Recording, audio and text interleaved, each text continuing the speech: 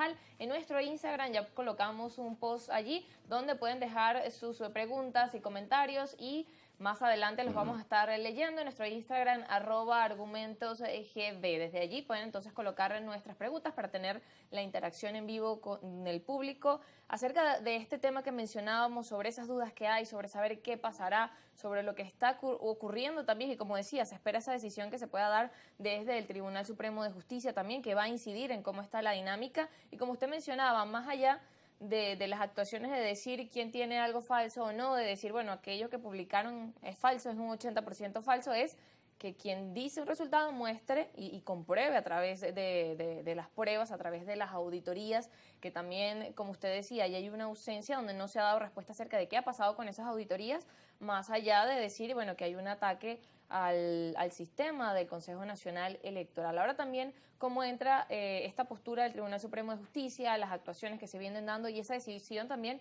que se pudiera dar desde este organismo.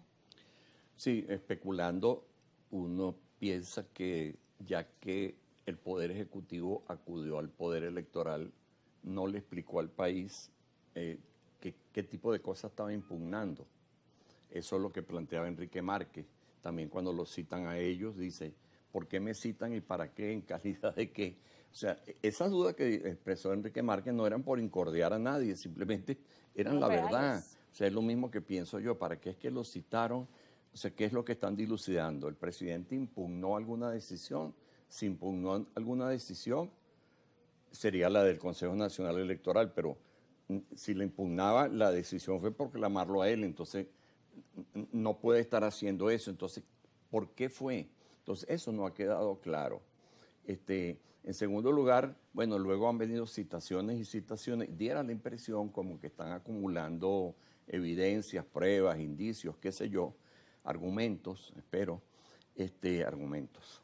Argumentos son los que necesitamos. Argumentos, sí. Entonces, para ver si, digamos, ratifican desde algún punto de vista jurídico la totalización del CNE o simplemente consideran que el conjunto de actuaciones fue tan oscura y tan indebida que esa totalización del CNE es incorrecta y entonces la anulan. O sea, para ratificar o para anular.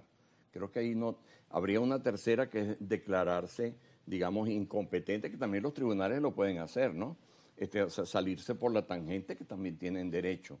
Pero entrando en el meollo del asunto, o ratifican o anulan.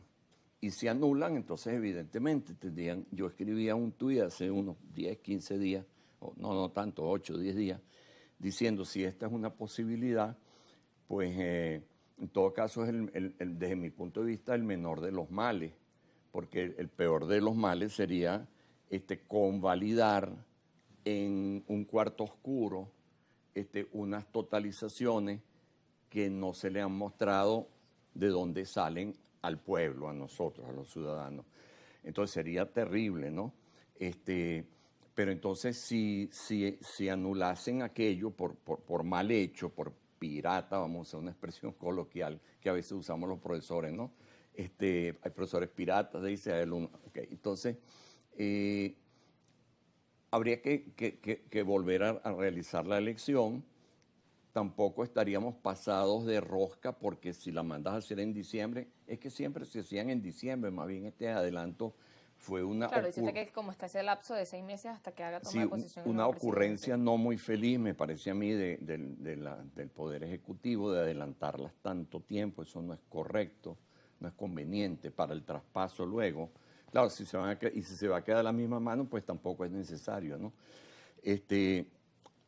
Volver a realizar las elecciones, pero entonces ahora sí, con otro CNE, porque después que usted pone la torta, para decirlo en criollo, de esa manera tan descomunal, usted no puede seguir.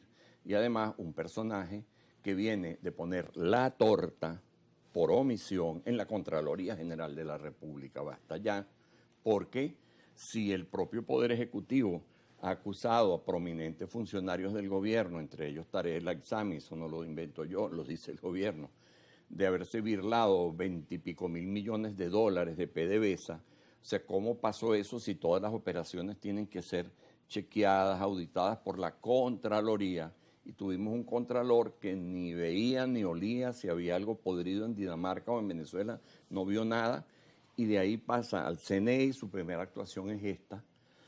Entonces realmente tendrían que salir y habría que nombrar un CNE mucho más equilibrado, que si quieren verlo en términos políticos, yo lo digo, o sea, pueden poner 2 personas afectas al gobierno, 2 personas afectas a la oposición, pero que sepan de lo electoral y poner una 5ª persona de presidente realmente independiente. ¿Eso es imposible en un país? No, eso es posible. En Venezuela hay independientes.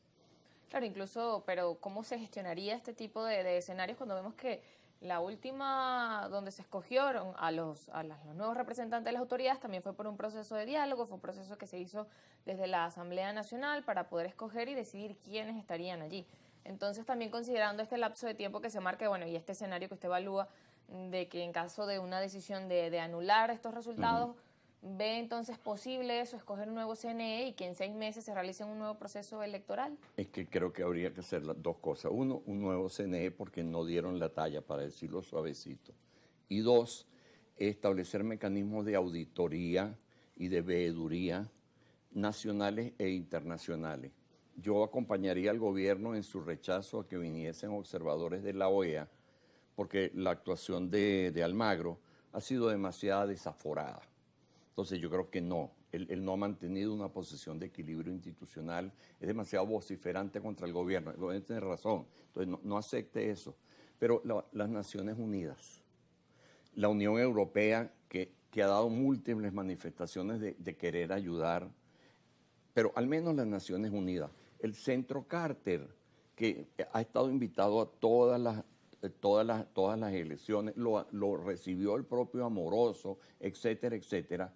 Entonces luego se pusieron ariscos con el Centro Carter y tuvieron que irse. Entonces, 2 o 3 organismos de ese tipo internacional y por supuesto cumplir la ley.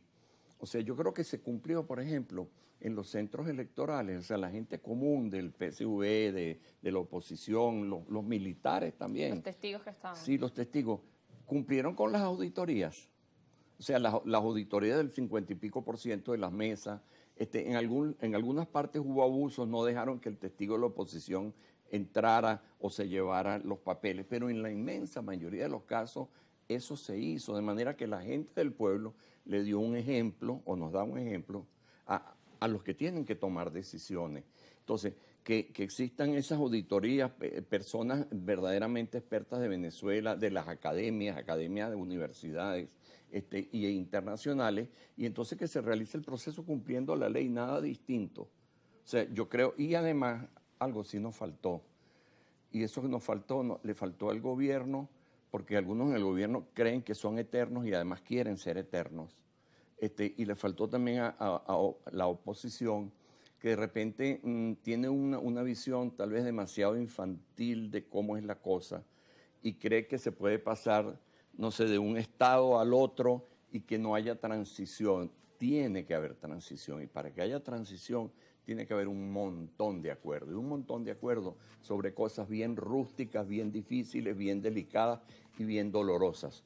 Si usted no los establece previamente, y no se ha hecho, y yo no vi movimiento, yo como ciudadano, ni de parte del gobierno, ni de parte de los líderes de oposición, planteando, vamos a reunir, o sea, nadie dice, vamos a reunirnos, vamos a ver cómo hacemos algunos acuerdos preelectorales y sobre todo postelectorales, porque si pierde uno o si pierde el otro, si gana uno, si gana el otro, hay distintas consecuencias y eso se puede evaluar y se pueden buscar unas fórmulas que hagan menos doloroso, menos difícil o a veces menos imposible desde el punto de vista de la voluntad el que haya cambio político o el que haya continuidad política.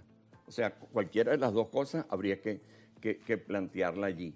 Claro, empezar por esos acuerdos y como decía, no se vio ese tema de acuerdos pre las elecciones, postelectorales, pero también evaluar qué tipos de acuerdos son necesarios, porque si vimos que se firmaron unos acuerdos, en ese sentido era en reconocimiento a los resultados y por lo menos en esos acuerdos que se hizo desde el Consejo Nacional Electoral, estuvieron la mayoría de los candidatos, en ausencia Enrique Márquez y Edmundo González, que no firmaron pues esos acuerdos de reconocimiento. También lo decía el presidente que iba a empezar un proceso de diálogo con todos los actores. Hasta el momento no hemos visto que haya iniciado ese diálogo, como dicen, ni de reconocimiento de ambas partes. Hasta el momento es desconocimiento de ambas partes y cómo avanzar en ese proceso de negociación para esos escenarios que usted plantea, pero también para resolver esta dinámica y este conflicto que está en el país, porque como conversamos, esto afecta a la población en general y lo que pudiese pasar en el futuro.